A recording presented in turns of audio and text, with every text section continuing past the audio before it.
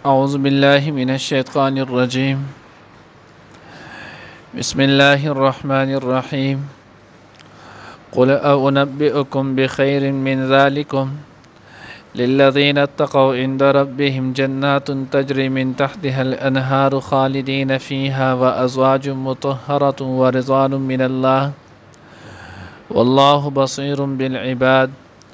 الذين يقولون ربنا إننا آمنا فاغفر لنا ذنوبنا وقنا عذاب النار الصابرين والصادقين والقانتين والمنفقين والمستغفرين بالأسحار شهد الله أنه لا إله إلا هو والملائكة وأولو العلم قائما بالقسط لا إله إلا هو العزيز الحكيم.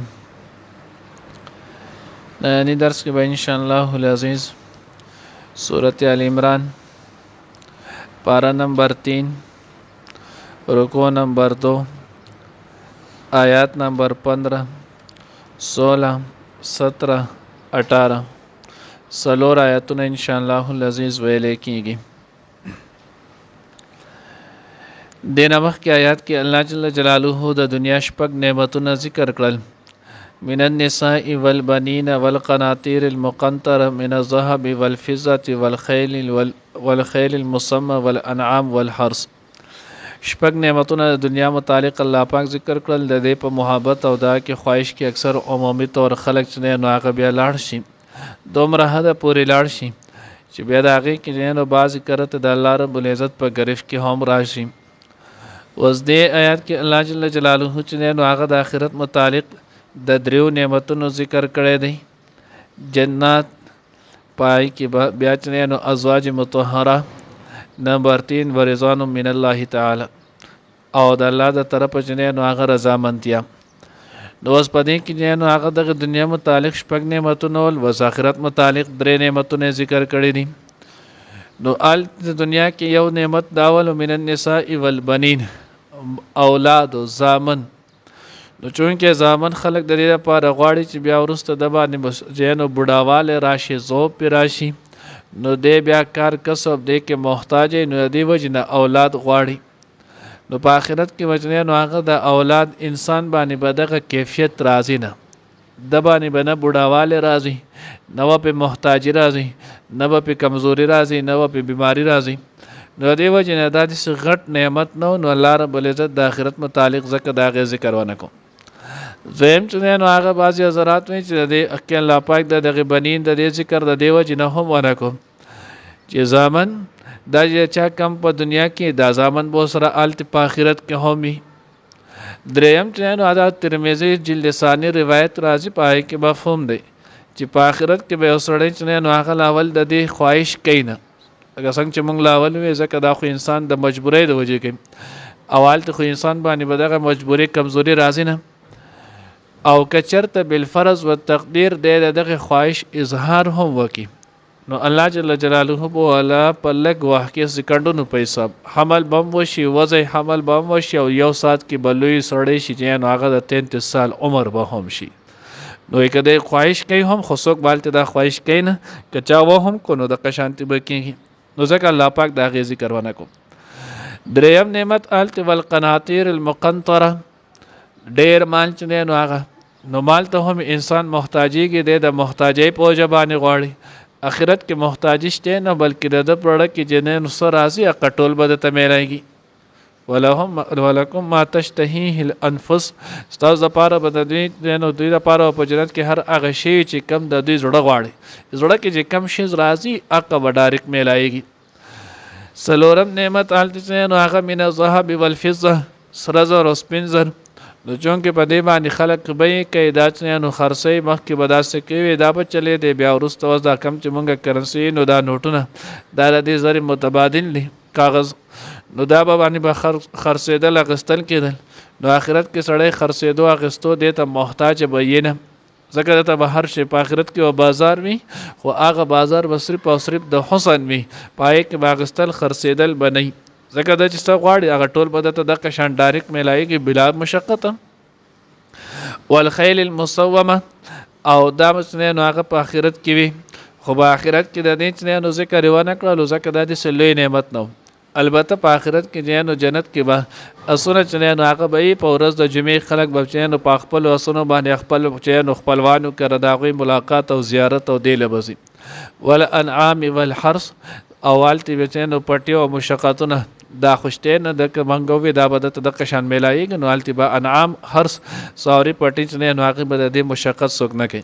نو التی لوی نعمت هغه د قشونو د ټول لوی اول جنت بیا په جنت کې د الله جل جلاله رضا چې الله رب العزت په خپل رضا منتیا چې نو اعلان وکي او د هغه سره به نو ازواج وي بیبيان چې نو هغه به جوړي د خړو د پاره چې نو هغه خزو د پاره خواندان دا بول الله جل جلاله چې نو هغه په جنت کې وکي وا ازواج مطهره وی بسنګ الله رب العزت وی بالکل پاک صاف پاکیزه اول ته متنه مونږه وې سارو دې ضرورت نه ځکه خلک دغه د پي د پاره دې د پاره اکثر هم ساتي نو د پي چې نه الته په جنت کې نهرونه ولې چې نه هغه وبېږي نو ځکه الله وې چې نه دا ټول باندې نعمتونه دغه درې نعمت دغه ذکر وکړو او باقی دغه نعمتونه په آخرت کې دغه تذکره ونه کړه والله بصیر بالعباد الله رب العزت خګوري خپل بندگانو ته الذين آکسان یقولون چې دا غوي وي ربنا ایزه مونږ رب مونږ ایمان راوړې دی تو زمونږ ګناهونه وبخي وقینا عذاب النار او مونږ د جهنم د ور نه وساتي حدیث مبارکه کې راځي غالبا د صحیح مسلم روایت دی مفهوم دا دی وای کم سره چې د ورځې درې پیری چې الله پاک نه د جنت سوال وکي او جهنم نه پناه غواړي الله رب العزت جنت او جهنم په خپل وي جنت وته یا الله دې زما مستحق جوړ کې ما کې چې هغه داخل کې زما زیول اور کې او جهنم وي یا الله دې سړی له زمانه چې هغه پناه ور کې نو دیو جنت دې سوال کول پکاري الصابرین والصادقین علاوه دغه جنت نه جهنم نه ساتون کې جنت تون کې دا بسو کې الصابرین صبر کون کې مخکې مونږ ویلو د صبر چې نو هغه درې درجې دي یو درجه چې نو د صبر دا الصبر علی الطاعات دین نه کوي کار باندې همیشګری کول ته ویل کېږي صبر دویم د صبر درجه چې نو الصبر عن المعصیت د ګناه د کارونه خپل ځان همیشه د پاره ساتل د دویمه درجه او دریم صبر علی المصیبت یا علی البلا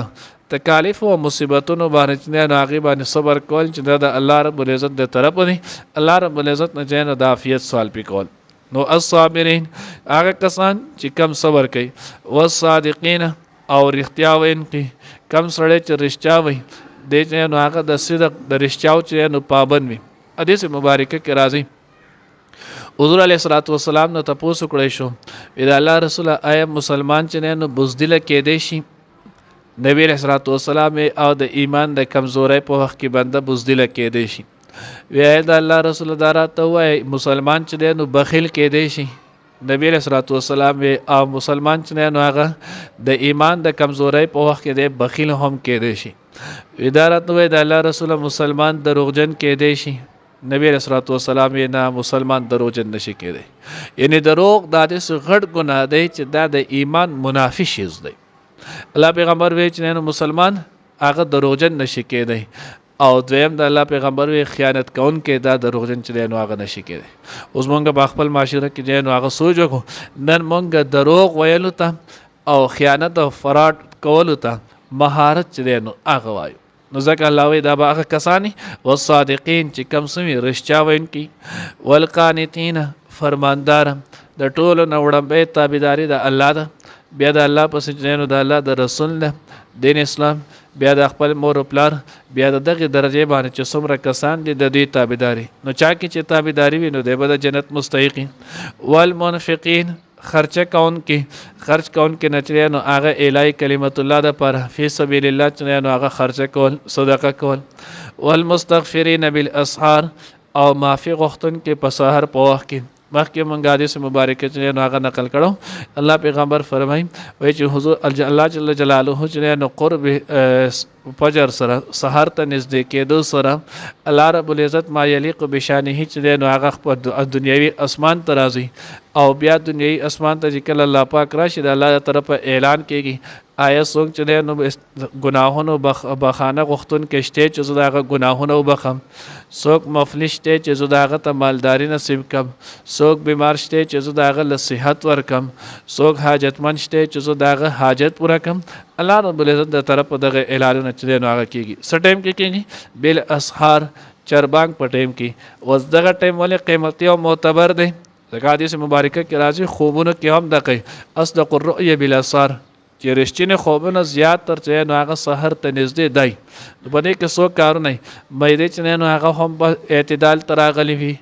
دغه شانتې په دغه وخت کې الله جل جلاله ما یلیق بشانه اسماني دنیا ته راغلی، فرشتې راغلی، خلک په دغه وخت کې مسلمانان پاسېدلي توبه استغفار کوي. نو دغه وخت دا پاک وي، په دغه وخت کې نو هغه برکت وي، نورانیت وي. نو دغه نورانیت د وجې نه چې نو هغه د الله پاک قبلی. نو په دې وجه باندې الله جل جلاله چې نو هغه والمستغفرین بالاسحار. شهد الله انه لا اله الا هو